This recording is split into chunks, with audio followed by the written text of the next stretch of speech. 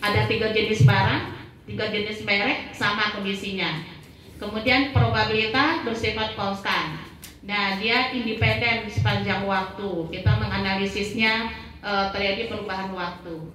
Apa yang harus kita lakukan? Kita sudah mulai menjurus nih. Menyusun matrik. Masih ingat dengan matrik? Ya, jadi bagaimana perkalian matrik? Kita akan melakukan perkalian matrik nanti. Mungkin itu akan saya coba refresh aja nanti. Bagaimana melakukan perkalian matrik bagi yang dulu lupa. Nah, probabilitas transisi adalah probabilitas suatu merek tertentu atau penjual yang akan tetap menguasai para pelanggannya. Jadi kita akan lihat itu seberapa besar probabilitasnya dia menguasai pangsa pasar. Kemudian menentukan kondisi equilibrium untuk menentukan market share ke depannya. Jadi kondisi equilibrium tercapai bila tidak ada pesaing yang mengubah matrik probabilitas transisinya. Jadi ketika nilai matrik itu sudah dalam kondisi yang relatif stabil, tidak berubah antara satu periode ke periode berikutnya, kita sudah bisa mengatakan dia sudah equilibrium, steady state, ya. Kemudian penggunaan matriks probabilitas transisi dapat menggambarkan kondisi-kondisi equilibrium. Jadi ada 3 langkah nanti yang kita lakukan. Kemudian menghitung kemungkinan market share di waktu yang akan datang. Kita punya data tahun sekarang, kita perhitungkan di periode ketiga market share produk apa yang lebih dominan. Itu bisa kita analisis.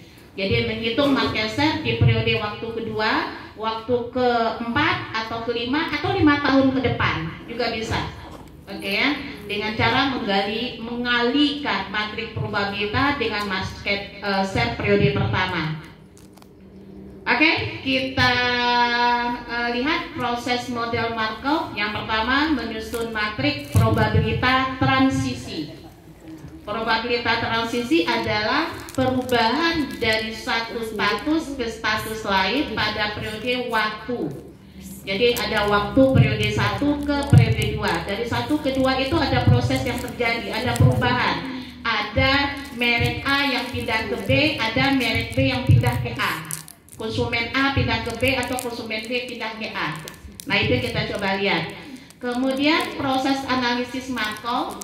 Probabilitas dari berbagai keadaan pada matrik di atas dinamakan dengan probabilitas transisi. Ini basic teori dulu, nanti kita masuk dengan contoh soal.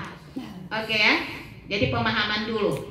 Nah, probabilitas transisi menunjukkan tindakan seorang pelanggan dari satu keadaan lainnya selama satu periode. Nah ini jadi kita asumsikan jumlah probabilitas pada setiap kejadian independen dengan nilai 1. Namanya probabilitas maksimum 1/1 nilainya 1. Jadi nggak lebih dari 1. Probabilitas tidak berubah selamanya, tergantung pada keadaan basic. Kita lihat contohnya. Oke.